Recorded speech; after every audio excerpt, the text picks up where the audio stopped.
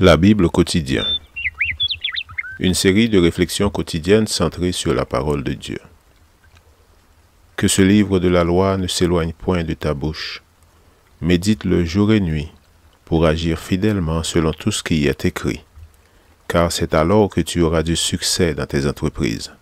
C'est alors que tu réussiras. Josué chapitre 1, verset 8.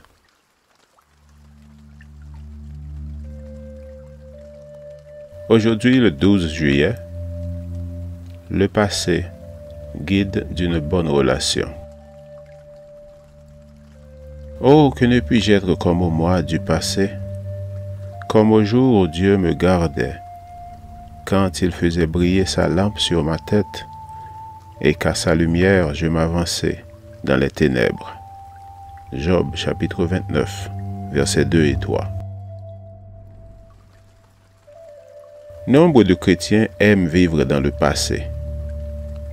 Les moments qu'ils ont vécus étaient tellement forts qu'il leur arrive d'éprouver, au souvenir de leur premier amour, une certaine honte due au changement qui s'est produit depuis dans leur vie chrétienne.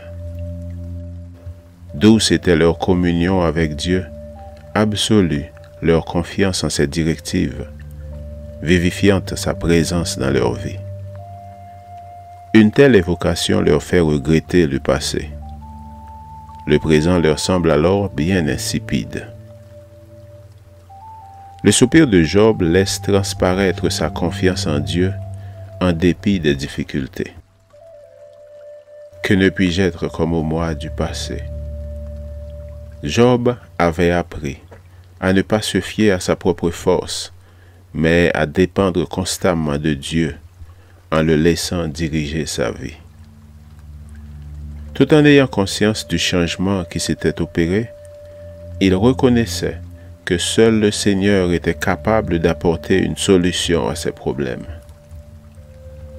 C'est pourquoi la Bible dit que Job n'a pas péché.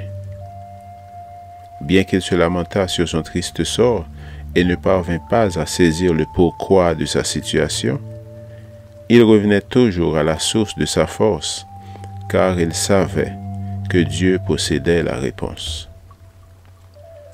Si, à l'instar de Jésus, Job s'était écrié « Père, pourquoi m'as-tu abandonné ?» Ce n'est ni inspiré par la révolte, ni poussé par le désir de tout lâcher qu'il l'aurait fait, mais dans la certitude que Dieu détenait la réponse et pouvait l'éclairer. Nous savons que la situation de Job, homme d'une piété exemplaire, ne résultait pas de fautes qu'il aurait commises dans sa vie. Il existe pourtant des cas où les raisons de notre sentiment d'éloignement du Père ont leur source en nous-mêmes. Le peu de temps accordé à la prière, les préoccupations de la vie quotidienne, la tendance à exclure le Seigneur de nos activités préférées, notre attitude envers les choses du monde, la lutte pour l'existence, une négligence imperceptible qui s'est installée dans nos habitudes, tous ces facteurs sont susceptibles de tuer le premier amour.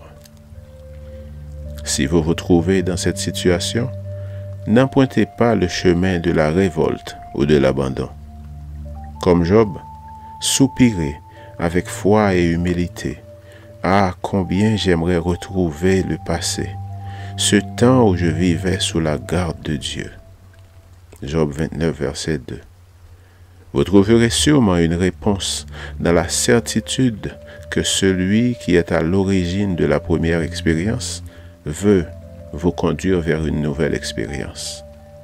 Faisons toujours entière confiance à notre Père céleste. Amen. Lecture de la Bible pour aujourd'hui, dans l'Ancien Testament, Job, les chapitres 29 à 31. Et dans le Nouveau Testament, Marc, chapitre 12. Merci d'avoir écouté.